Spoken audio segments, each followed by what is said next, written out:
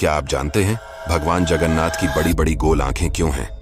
एक दिन रोहिणी माता द्वारका वासियों को भगवान श्री कृष्ण के द्वारा वृंदावन में की गई रास लीला, प्रेम प्रसंग इत्यादि की कथा सुना रही थी। द्वार पर खड़े तीनों भाई बहन भी इसे छुपके से सुन रहे थे तथा वे इसे सुनकर इतना ज्यादा स्तब्ध रह गए थे कि तीनों की आंखें पूरी खुल गई थीं। कहते हैं कि उसी समय स्वयं नारद मुनि भी धरती पर आ गए थे तथा तीनों भाई बहन को इस रूप में देखकर आश्चर्यचकित रह गए थे।